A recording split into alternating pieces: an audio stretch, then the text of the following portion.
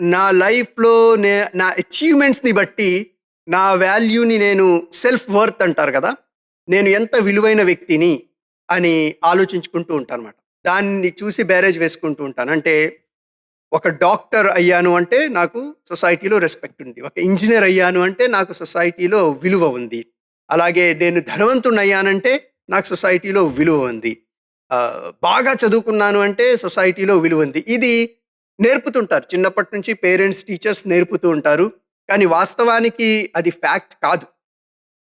ప్రతి వ్యక్తికి కూడా సొసైటీలో రెస్పెక్ట్ అంటూ ఉంటుంది. మీ చుట్టుపక్కల ఉన్న వాళ్ళ దగ్గర మీరు రెస్పెక్ట్‌ని గెయిన్ చేయొచ్చు. ఎలా గెయిన్ చేయొచ్చు?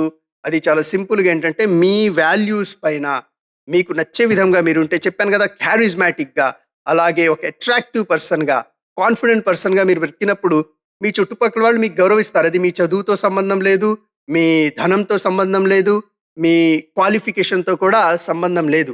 ఇవన్నీ ఉంటేనే నాకు సొసైటీలో విలువ, ఇవి లేవు కాబట్టి నాకు విలువ లేదు అని మీరు భావిస్తారు గదా!